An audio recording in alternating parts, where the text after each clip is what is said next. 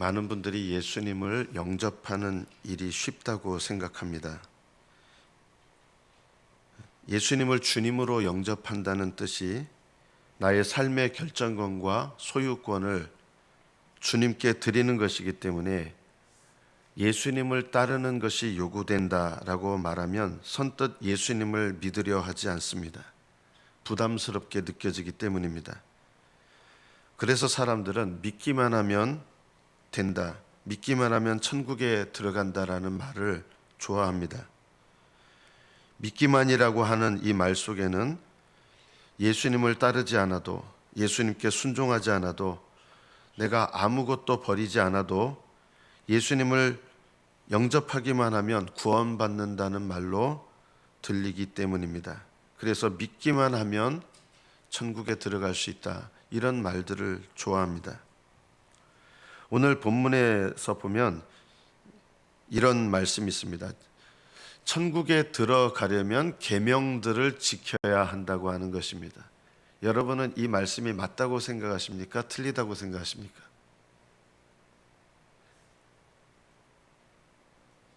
이게 누가 하신 말씀이냐면 예수님께서 하신 말씀이에요.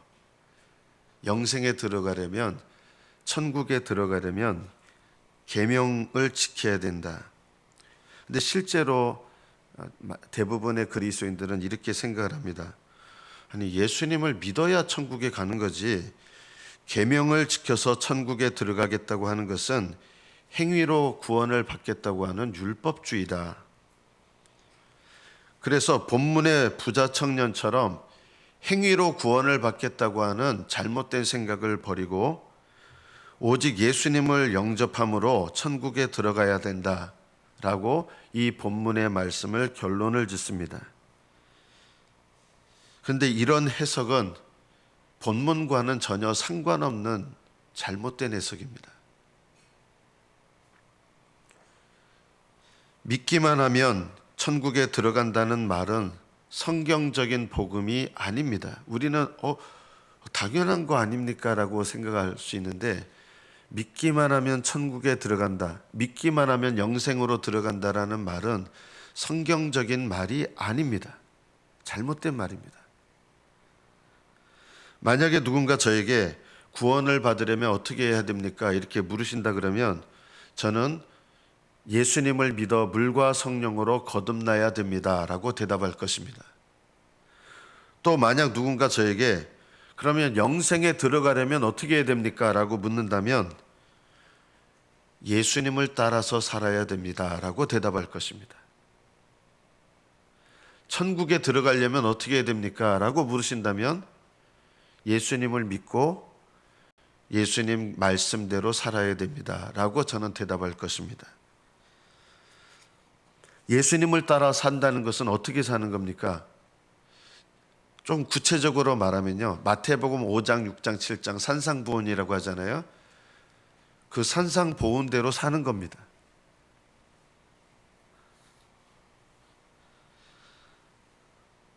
세상에 산상보훈대로 어떻게 살아갑니까? 라고 사람들이 얘기합니다. 그 말씀 그대로 살아갈 수 있는 사람은 없습니다. 그러나 중요한 것은 이것입니다. 예수님 말씀하신 대로 내가 믿음으로 살려고 애를 쓰면 그 믿음을 보시고 주님은 부족함에도 불구하고 순종한 것으로 여기십니다. 또 내가 주님 말씀대로 살지 못했음을 깨닫고 회개하면 말씀대로 살지 못한 것을 주님께서 용서하시고 새롭게 하십니다. 그리고 용서함을 받고 새롭게 함을 입은 다음에는 내가 주님 말씀대로 믿음으로 하나님 능력을 힘입어 살려고 믿음으로 애를 써야 됩니다. 그러면 그 믿음을 보시고 완벽하지 않아도 부족해도 그 부족한 것 때문에 너는 나한테 순종하지 않았다, 이렇게 여기시는 게 아니라 그 믿음을 보시고 부족함에도 불구하고 네가 나를 순종하며 살았구나, 이렇게 여기시는 거예요. 오늘 본문이 말씀하는 것은 어떤 내용일까요? 부자 청년의 이야기인데요. 천국에 들어가려면 예수님을 영접해야 된다는 말씀입니까? 본문에는 그런 말씀이 전혀 없습니다. 내가 무엇을 하여야 영생을 얻으리까? 이 부자 청년의 질문에 대해서 네 질문이 잘못됐다 이렇게 말씀하시지 않습니다. 제가 예전에 계속 그렇게 설교했거든요. 부자 청년의 질문이 잘못됐다고. 저 그렇게 설교했었습니다. 그러나 예수님은 부자 청년의 질문이 잘못됐다고 하신 적이 없으십니다. 부자 청년의 질문은 바른 질문입니다. 네가 영생에 들어가려면 계명들을 지키라 이렇게 말씀하셨어요. 그러니까 부자 청년이 대답을 합니다. 계명들을 지켜서 영생에 들어가는 거라면 저는 어려서부터 계명들을 잘 지켜왔습니다. 이렇게 대답을 했습니다. 자, 이 청년은 계명들을 어려서부터 잘 지켜왔기 때문에 영생에 들어갈까요? 그러면요? 아닙니다. 이 청년은 영생에 들어가지 못합니다. 계명들을 어려서부터 잘 지켜왔는데 왜 영생에 못 들어갑니까? 영생에 들어가려면 계명들을 지키라고 하셨는데 저는 어려서부터 계명들을 잘 지켜왔습니다. 이렇게 대답하는데 이 청년은 사실은 영생에 들어가지 못합니다. 왜 그럴까요?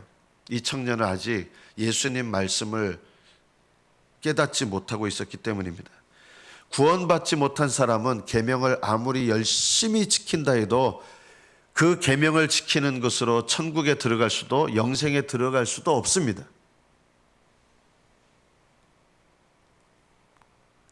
계명을 지키라고 해놓고 왜 계명을 지킨다고 못 들어간다고 하는 겁니까? 예를 들어서 네 부모를 공경하라. 하나님 말씀이죠. 계명의 말씀이죠. 이 계명에 여러분 이 계명을 지켜서 천국에 들어갈 만한 사람이 있을까요? 계명은 100%를 요구합니다. 겉으로만이 아니라 마음으로도. 마음으로도 부모님한테 섭섭해하거나 부모님을 욕하거나 부모님께 대해서 막 분노하고 이렇게 되면은 이거는 내 부모를 공경하라는 말씀을 어기는 거예요. 마음속에 요만큼이라도 있으면. 내 부모를 공경하라는 계명을 아무리 세상에서 뛰어난 효자라 그래도 100% 효자는 없습니다. 그래서 율법에 의하면 100% 효자는 없기 때문에 다 율법에 의하면 뭐가 됩니까? 불효자가 됩니다. 그래서 율법을 지켜서 천국에 들어가는 것은 죄인인 우리에게 불가능한 일입니다. 율법을 지켜 구원을 얻겠다는 것은 불가능하고 또 율법을 지켜서 천국에 들어가는 것도 불가능합니다. 영생에 들어가는 것, 천국에 들어가는 것은 마라톤 경주와도 같습니다. 마라톤 경주에 여러분 꼬린 지점까지 가려면 여러분이 먼저 해야 될 일이 있습니다. 두 가지가 있는데요. 첫 번째는 마라톤 선수로 등록해야 됩니다. 선수로 등록하지 않고 거기서 달려가지고 1등 해도 소용없어요. 선수로 등록이 돼야 돼요. 오늘 본문 처음에 17절에 보면 내가 진실로 너에게 이르노니 누구든지 하나님의 나라를 어린아이와 같이 받아들이지 않는 자는 결단코 거기에 들어가지 못하리라. 천국에 들어가려면 영생으로 들어가려면 먼저 뭘 해야 되느냐? 어린아이와 같이 천국을 받아야 됩니다. 율법을 지켜서 천국에 들어가는 게 아니라 천국에 들어가려면 계명을 지켜야 되는데 그 전에 해야 될 일이 있습니다. 그게 바로 율법을 통해서 내가 죄인임을 깨닫고 물과 성령으로 거듭나는 일이 먼저 있어야 됩니다. 물과 성령으로 거듭나지 않으면 계명을 지키는 것은 불가능합니다. 계명을 지킨다고 해도 물과 성령으로 거듭나지 않은 사람은 열심히 계명을 지켜도 자기가 지킨 그 계명에 의해서 뭐만 돼요? 죄인이라는 것밖에 드러나지 않습니다. 하나님 나라에 들어가려면 먼저 물과 성령으로 거듭나야 됩니다. 예수님을 믿어야 됩니다. 여기에는 행위가 아무 소용이 없습니다. 어떤 행위도 소용이 없습니다.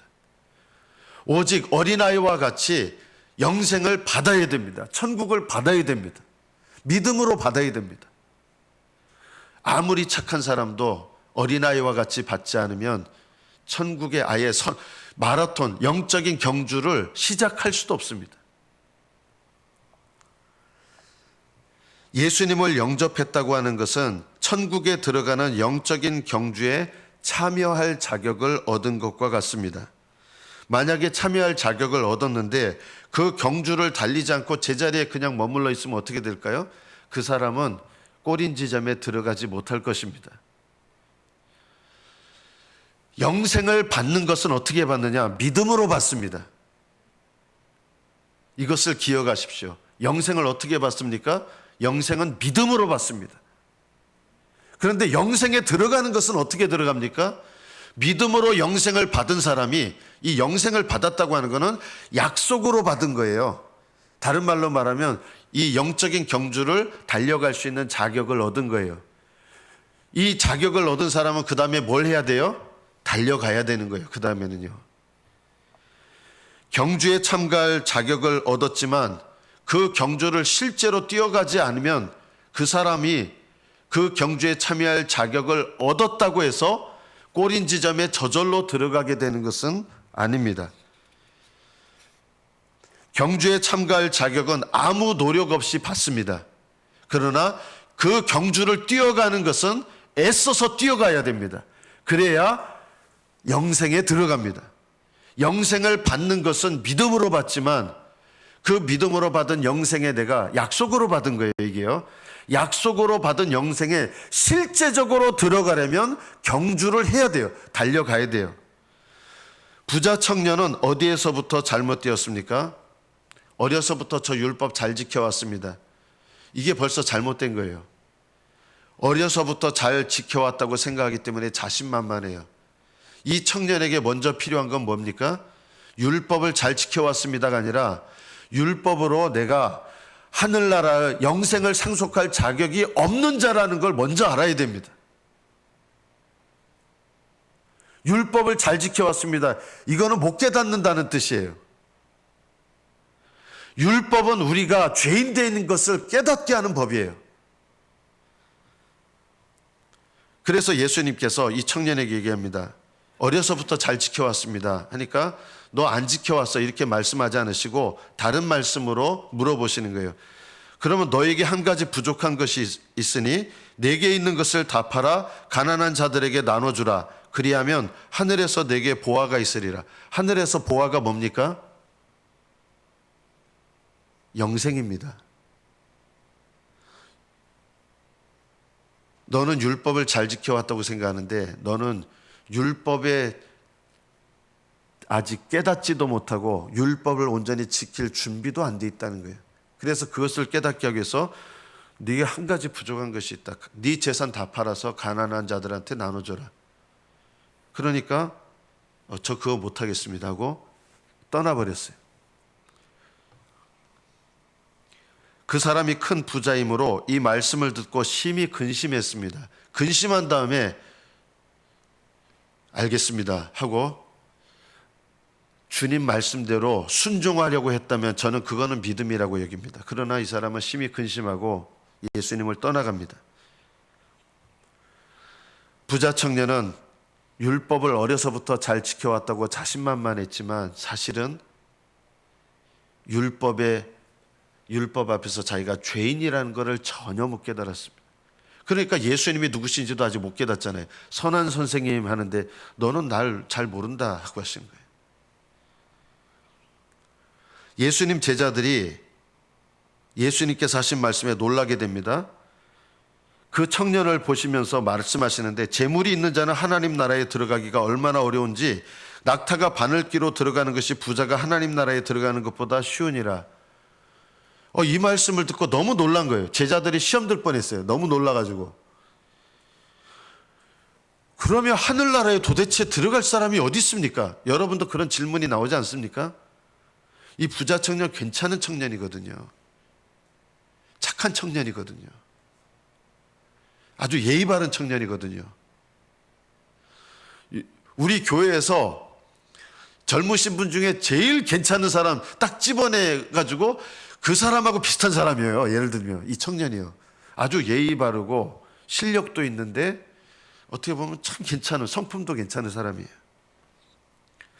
제자들이 얼마나 놀랬겠어요. 아니, 이 정도면 굉장히 훌륭한 사람인데 낙타가 바늘기로 들어가는 것보다 이 사람이 구원받기가 더 어렵다, 이렇게 말씀하시니까 너무 놀란 거예요. 그러면 누가 하늘나라를 들어갈 수 있습니까? 이렇게 예수님께 다시 물어봤어요. 그러자 하나님은 하실 수 있다, 이렇게 하신 거예요. 하나님은 하실 수 있다는 말씀이 뭡니까? 우리는 이 말씀을 이렇게 이해를 합니다.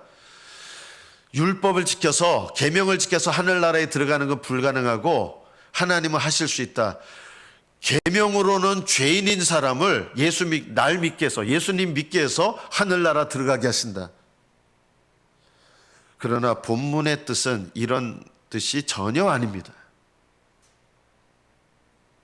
계명을 지켜서 하나님 나라에 못 들어가니까 날 믿어야 하늘나라에 들어간다, 이것을 말씀하시는 것이 아닙니다. 하나님은 하실 수 있다는 말은 무슨 뜻입니까? 하나님은 두 가지를 하시는 거예요. 택하신 자를 구원하시는데 어떻게 구원하시느냐? 첫째, 하나님은 어떻게 하십니까? 죄인임을 깨달아 예수님을 믿게 하셔서 물과 성령으로 거듭나게 하십니다. 이거는 하나님만 하실 수 있는 일입니다. 그러나 그것만 말씀하시는 게 아니에요. 물과 성령으로 거듭나게 하셔서 그 다음에는 어떻게 하십니까? 성령을 따라 순종하게 하셔서 날마다 거룩함을 향하여 나아가게 하시는 거예요. 성령을 받지 않으면 이것도 불가능해요. 물과 성령으로 거듭나는 것도 사람의 능력으로 불가능해요. 어떤 선한 행위로도 불가능합니다. 그러나 거듭나게 하신 다음에는 성령을 보내셔서 성령 안에서 내가 믿음으로 순종하려고 애쓰게 하세요. 그래서 하나님은 하실 수 있다는 말이 거듭나게 하시고, 거듭나게 하셔서 성령 안에서 주님께 순종하는 이 일을 하게 하세요. 여러분이 믿음으로 영생의 약속을 받았다면 저절로 영생에 이르는 것이 아니에요. 영생에 들어가기를 힘쓰셔야 됩니다. 영생을 받는 것은 믿음으로 받습니다. 어린아이처럼, 거지처럼 손을 내밀어 받는 거예요. 그런데 이게 약속으로 영생을 받은 거예요. 약속으로 천국을 받은 거예요. 그래서 천국에 들어가려면 내가 뭘 해야 되느냐? 믿음으로 살아야 돼요.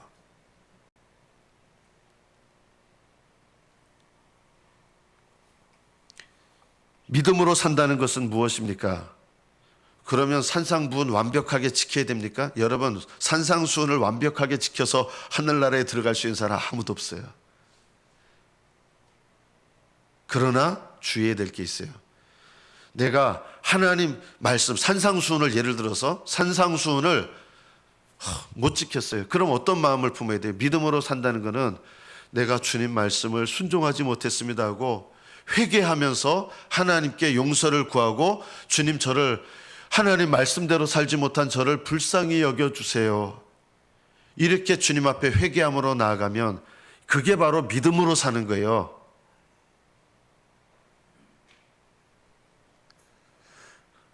어떤 사람은 이래요. 아니, 세상에 산상수훈을 지킬 수 있는 사람이 어디 있습니까? 이러는 분이 있어요. 이거는요, 회개의 삶을 사는 게 아니에요.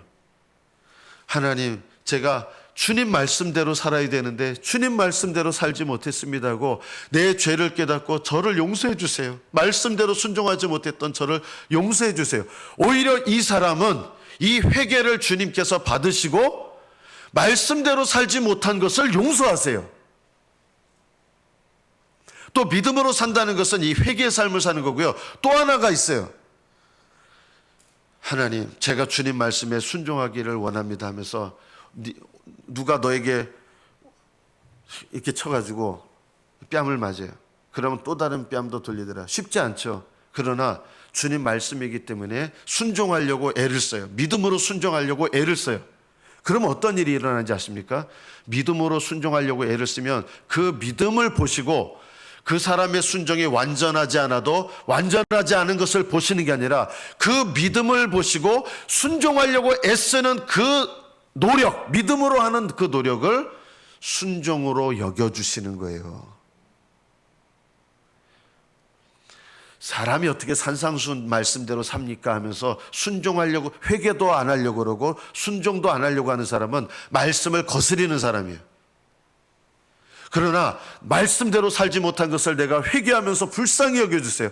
그리고 하나님의 용서를 믿으면서 내가 부족하지만 그래도 내가 말씀대로 살아야지, 하나님 말씀대로 살 수 있도록 도와주세요 하면서 말씀대로 살려고 해요. 내 옷 2벌 있는 자는 한 벌을 가난한 자에게 나눠주라. 그걸 순종하려고 애를 써요. 하나님은 부족해도 순종하려고 하는 그 믿음을 보시고 부족함에도 불구하고 순종으로 여겨주시는 거예요. 여러분, 이것이 얼마나 큰 차이점이 있는지 아십니까?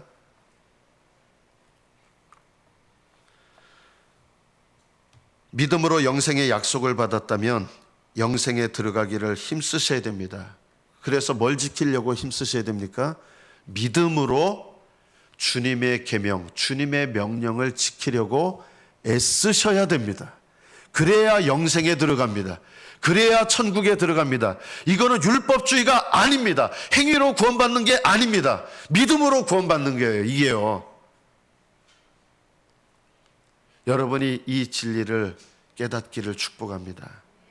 여러분이 천국에 들어가려면 계명을 지키셔야 됩니다. 믿음으로 지키려고 애쓰셔야 됩니다. 하나님 말씀대로 살려고 애쓰셔야 됩니다. 너희는 나를 주여 주여 하면서 어찌하여 내가 말하는 것을 행하지 않느냐? 너희는 나더러 주여 주여 하면서 어찌하여 하나님의 뜻을 행하지 않느냐? 엉터리라는 거예요.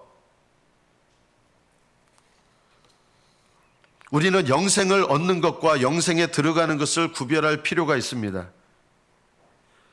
영생을 얻는 것은 오직 믿음으로 받습니다. 거지처럼 손을 내밀어서.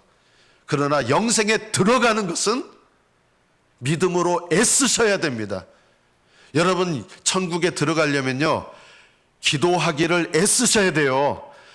기도 때문에 천국 들어간다 그러면 이건 율법주의예요. 그러나 천국에 들어가려고 애쓰시려면 여러분, 기도하시려고 애쓰셔야 되고, 계명 지키려고 애쓰셔야 되고, 회개하려고 애쓰셔야 돼요. 이거는 믿음이에요.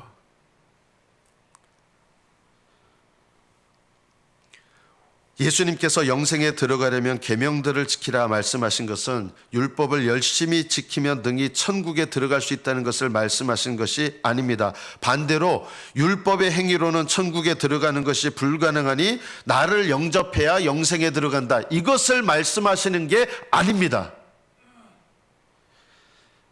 여러분이 천국에 들어갈 수 있는 자격을 얻었다면 그 천국에, 영생에 들어가는 방법은 믿음으로 하나님의 뜻을 행하기를 사모하고 그 뜻을 행하는 것입니다. 계명이란 뭡니까? 하나님의 뜻입니다. 하나님의 뜻.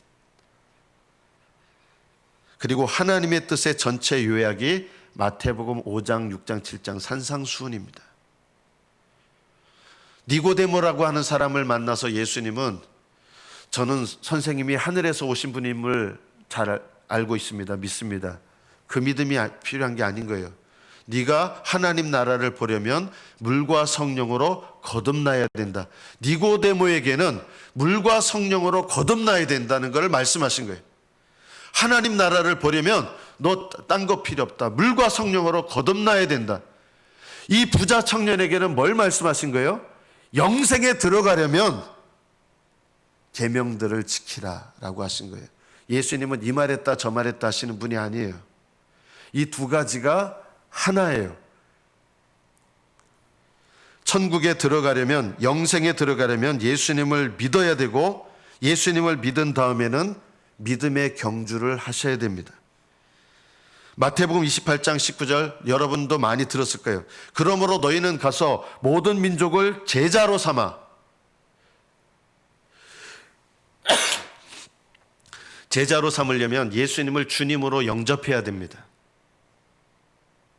제자로 삼아 아버지와 아들과 성령의 이름으로 세례를 베풀어야 됩니다. 자, 그러면 이것이 끝입니까? 아니에요. 제자가 된 사람들에게 주님께서 요구하시는 게 있어요. 내가 너희에게 분부한 모든 것을 제자가 된 사람들에게 가르쳐 지키게 하라. 이것이 영생에 들어가는 방법입니다. 영생에 들어가는 방법이 뭐예요? 제자가 돼서 세례 받으셔야 됩니다. 그리고 세례 받고 나서 주님께서 분부한 모든 것을 믿음으로 지켜 행하셔야 됩니다. 저는 부족합니다. 부족한 거 알면 어떻게 하셔야 돼요? 제가 주님께서 명하신 것을 제가 올바로 지키지 못했고 그렇게 살지 못했습니다. 하나님 저를 불쌍히 여겨주세요 하고 회개하신 다음에 다시 어떻게 돼요? 그 자리에서 일어나서 주님, 제가 주님 뜻대로 살기를 원합니다 하고 순종하시면서 일어나셔서 순종하시면 돼요. 이게 구원의 길이에요. 영생에 이르는 길이에요. 날마다 그렇게 하셔야 돼요. 너희는 나를 불러 주여 주여 하면서도 어찌하여 내가 말하는 것을 행하지 아니하느냐? 나더러 주여 주여 하는 자마다 다 천국에 들어갈 것이 아니요 다만 하늘에 계신 내 아버지의 뜻대로 행하는 자라야 들어가리라. 천국을 받는 것은 믿음으로 받습니다. 천국에 들어가는 것은 하나님 뜻대로 행해야 들어갑니다. 믿으십니까? 여러분 이게 깨달아지시기를 축복합니다. 천국을 받는 것은 믿음으로 받고 천국에 들어가는 것은 믿음으로 행하면서 들어갑니다. 영생을 받는 것은 믿음으로 받고 영생에 들어가는 것은 주님의 계명을 믿음으로 지켜 행하면서 영생에 들어갑니다. 여러분 이게 깨달아지시기를 축복합니다. 하나님의 뜻은 이것이니 너희의 거룩함이라. 너희가 나를 사랑하면 나의 계명을 지키리라. 새 계명을 너희에게 주느니 서로 사랑하라. 내가 너희를 사랑한 것 같이 너희도 서로 사랑하라. 주님께서 사랑하신 것처럼 사랑해야 되는데 누군가를 미워했어요. 어떻게 해야 돼요? 주님께서 절 사랑하신 것처럼 그 사람을 사랑했어야 되는데 제가 그 사람을 미워했습니다. 그 사람에게 욕을 했고 아주 불쾌한 감정을 나타내서 그 사람에게 가감없이 저의 분노를 나타냈습니다. 하나님 용서해 주세요. 저를 불쌍히 여겨주세요. 이렇게 기도하시면서 어떻게 하셔야 돼요? 그 다음에 그 사람한테 찾아가서 용서를 구해야 돼요. 그리고 그 사람에게서 용서를 구하고 화해한 다음에 다시 와서 하나님 저의 죄를 깨끗게 해주세요. 이렇게 기도하시는 거예요. 부모 자녀 간에 천국의 길이 어디 있는지 아십니까? 여러분 집안에 있습니다. 부부 간에 천국의 길이 있습니다. 부부 간에 영생의 길이 있습니다. 부부끼리 대판 싸웠어요. 어떻게 해야 됩니까? 서로 혈기내면서 싸웠어요. 하나님 저를 용서해 주세요. 제가 분노와 혈기와 화를 내서 제가 주님께서 화내지 말라 분노하지 말라 했는데 제가 주님의 말씀을 어기고 제가 분노하고 화를 내버렸습니다. 하나님 저를 용서해 주세요. 저를 불쌍히 여겨주세요. 이렇게 기도하시고 거기서 끝나는 게 아니라 사람한테 내가 죄를 지은 거, 그 사람이 나를 인하여 이 피해를 입은 거나 그런 거 내가 찾아가서 내가 여보 잘못했어. 내가 당신한테 그랬으면 안 되는데 내가 혈기를 내고 분노를 했어. 내가 잘못했어요. 그러면 상대방도 나도 잘못했어. 이러면 다시 와가지고 하나님 저의 죄를 깨끗하게 해주세요. 이렇게 기도하는 거예요. 영생의 길이 부부 사이에 있고요. 부모 자식 간에 있는 거예요. 부모 자식 간에 이제 애들한테 제일 중요하게 여기는 게 부모님이 공부하는 거 아니에요. 야 공부하다가 또 싸웠어요. 부모 자식 간에 이 사춘기 자녀가 엄마 잔소리 좀 그만해. 내가 알아서 할게. 너는 맨날 알아서 한다면서 그 모양이야? 내가 널 보면 속이 터진다. 내가 너 같은 걸 낳고 막 하면서 이제 욕도 나오고 어떻게 해야 돼요? 하나님 제가 하나님께서 저에게 맡기신 자녀에게 제가 분노하고 혈기를 부렸습니다. 저를 용서해 주세요. 저를 불쌍히 여겨주세요. 이렇게 하고 나서 어떻게 해야 돼요? 자녀한테 찾아가서 엄마가 너한테 심한 말을 했다. 미안해. 예, 물론 상대방이 받아줄 수도 있고 안 받아줄 수 있고 받아줘야 상대방도 이게 훌륭한 자녀인데 내가 잘못했다. 어떤 자녀는 그럴 수 있어요. 엄마, 다음부터는 조심하세요. 그럼 또 뭐가 확 올라와요. 아주 그냥 용기를 내서 갔더니 이 녀석이 막 부부간에 싸우고 아내가 남편한테 가서 여보 내가 잘못했어요. 남편이 이제 알았냐고. 다음부터 당신 조심하라. 이런 얘기도 또 혈기가 또 확 올라요. 혈기 내지 마세요. 내 문제는 그 사람한테 얘기하고 알았어요. 다음부터 조심할게 하고 와서 하나님 저를 깨끗하게 해주세요. 이러면요 하나님께서 나를 씻어주시고 또 어떤 일을 하시냐, 그 다음에 그 사람에 관한 일에 대해서는 하나님이 내 문제는 먼저 나에게 해결하게 하시고 그 사람에게 마음을 만져주셔서 은혜를 베푸시는 일들이 일어나는 거예요. 내가 이렇게 했으면 너도 바뀌어야지 이래가지고 또 싸워요. 용서를 구한다 그러면서. 영생의 길은 힘써야 되는데 어디 있느냐? 여러분 집안에 있어요. 구원의 길, 영생의 길이, 천국에 이르는 길이 여러분 집안에 있어요. 이것을 기억하십시오. 믿음을 가지고 있지만 주님의 계명을 지키지 않으면 어떻게 됩니까? 그 시점에 있어서는 죽은 믿음이 됩니다. 죽은 믿음으로는 영생을 향하여 들어갈 수가 없어요. 죽어가는 믿음이든지 죽은 믿음이든지 그거 어떻게 돼요? 회개하고 주님께 돌이키시면 주님께서는 다시 원위치 이렇게 하지 않아요. 그 자리에서 다시 일어나셔서 걸어가시면 돼요. 우리는 날마다 하나님 앞에 죄를 깨닫고 회개하고 날마다 부족해도 순종하려고 믿음으로 애를 써야 됩니다. 그러면 주님은 우리의 회개가 완벽해서 받아주시는 게 아니라 진정으로 회개하려는 마음을 보시고 용서하시고 진정으로 순종하려고 하는 그 믿음을 보시고 부족함에도 불구하고 순종하는 것으로 여겨주셔서 그러면 어떤 일이 일어납니까?